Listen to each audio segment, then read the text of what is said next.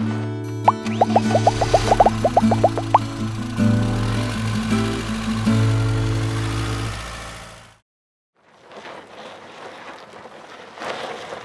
everyone, Will here with the RV Wholesaler Service Department, and today I'm going to be going over how to test your liquid propane carbon monoxide detector.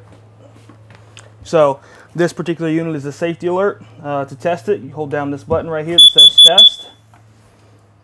When it goes solid green, it means it's good to go, no gas in the area. They recommend you do this once a month. So this thing does have a shelf life of 5 years installed, so after 5 years it will need to be replaced. It will tell you that in 5 years, so it has a specific code. It'll read out right there, red and green flashing when it does go bad. At that point it will make a lot of noise, so you're just going to go ahead and replace that. If you look here or in the manual, it's going to show you the list of codes and what they represent here. So if during your testing any of those codes come up other than just a solid green, that means there is an issue you want to look into. If you have any other questions, give us a call at 877-877-4494.